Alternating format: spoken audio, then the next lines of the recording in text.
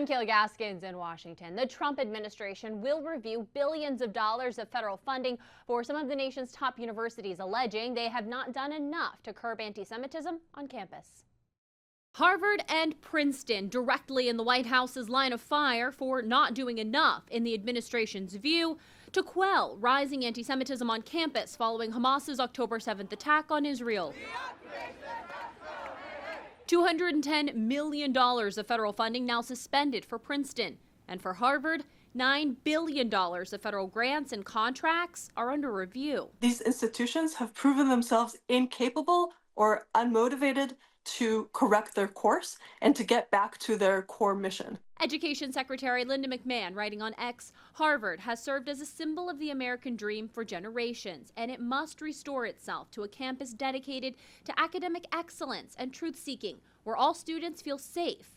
We mean business. Massachusetts Senator Ed Markey, though, says this approach is not the answer. Anti-Semitism is something that we cannot tolerate in our nation, but authoritarianism is not the answer to anti-Semitism. Harvard's President Alan Garber says the federal funding supports life-saving research the university does on diseases such as cancer and Parkinson's. If the funding stops, so does that research. Garber says Harvard will cooperate with the task force, acknowledging in a letter anti-Semitism is present on campus and he himself has experienced it. Harvard is one of 10 universities under review by the Joint Federal Task Force to combat anti-Semitism amid allegations they've failed to protect Jewish students.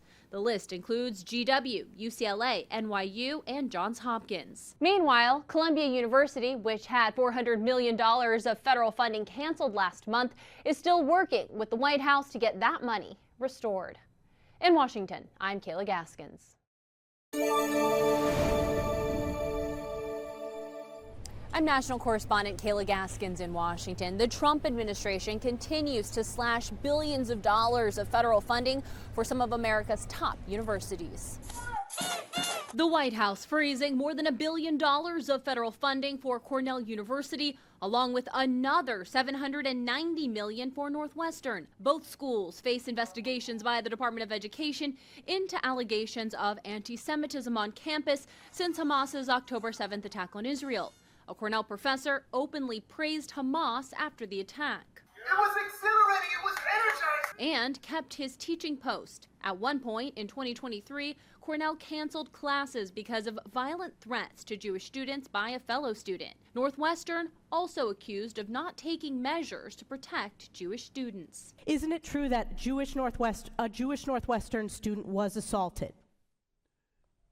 So I want to question the premise of your question. No. I'm asking the questions. Isn't it true that a Jewish student was verbally harassed and stalked to Hillel?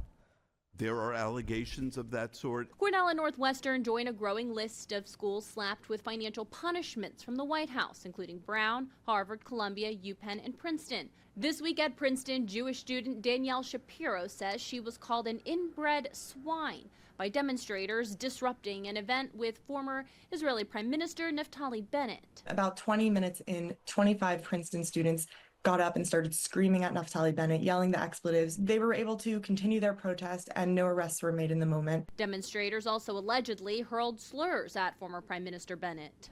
Meanwhile, university is figuring out how to respond. Columbia conceded to the list of demands by the Trump administration and received massive backlash from many in the academic community. One of those critics, the leader of Princeton University, who says they will not make such concessions. In Washington, I'm Kayla Gaskins. I'm national correspondent Kayla Gaskins in Washington. A group of Harvard professors suing the White House over threats to withhold $9 billion of federal aid. University now also saying they will not comply with the White House's list of demands the school has to meet in order to reinstate that money. The Trump administration ramping up the financial pressure on elite universities in an effort to force the schools to adequately address reports of rising anti-Semitism on campus that spiked following Hamas's October 7th attack on Israel and the demonstrations that followed in the U.S. The occupation has got to go! In their new lawsuit, the Harvard professors arguing this approach undermines academic freedom and free speech. I think it's going to be uphill for the Harvard professors to win because ultimately The government, the federal government in this case, the Trump administration, has got the big club. We give you money, we make the rules. And here the rules are: you can't discriminate against Jewish students. Last week, the White House froze more than $1 billion to Cornell and another $790 million to Northwestern. Brown, UPenn, Princeton, and Columbia facing large cuts of federal funds as well. The Wall Street Journal reporting the Trump administration wants to install federal oversight over Columbia University, a significant escalation that would force the institution to comply with the White House's list of demands presented to, as they see it, fix the culture on campus. Columbia would have to agree to enter this arrangement dubbed a consent decree. This may be the way they'll end up going because, after all, the Trump team has taken it from the playbook from the Obama team. The Obama team had consent decrees with law enforcement around the country, and those were very heavy-handed sort of agreements. And these may be very heavy-handed sort of agreements. Meanwhile, the president of Princeton acknowledging on the New York Times The Daily podcast, anti-Semitism is an issue. At Columbia, I would say it's clear there were some serious problems with anti-Semitism. Even on his own campus. I did hear anti-Semitic remarks, including a couple that were directed my way over the past year. Princeton's president telling the New York Times he will not follow Columbia in conceding to a list of White House demands, while adding the administration also hasn't asked anything specific of Princeton yet. In Washington, I'm Kayla Gaskins.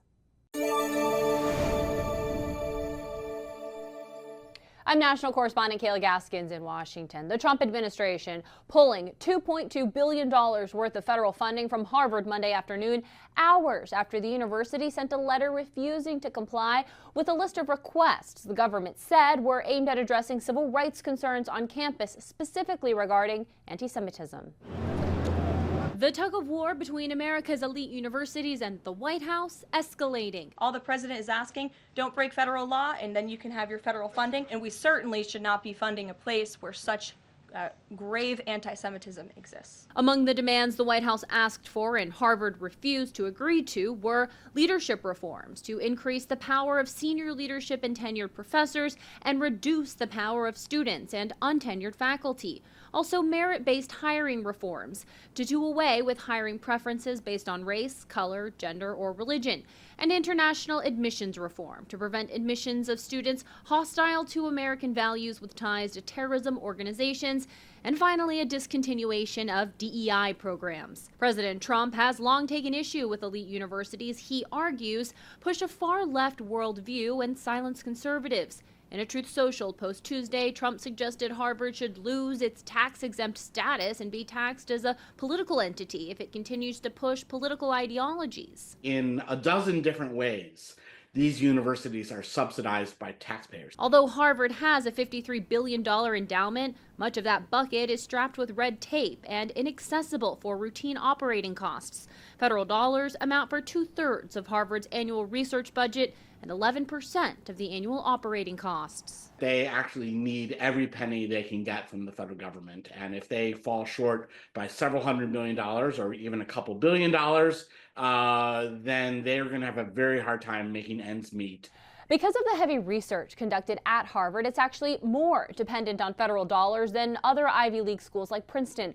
Harvard's leadership is already exploring ways to make up for a massive loss of federal funds. Experts say, though, it will take a total restructuring of operations. In Washington, I'm Kayla Gaskins.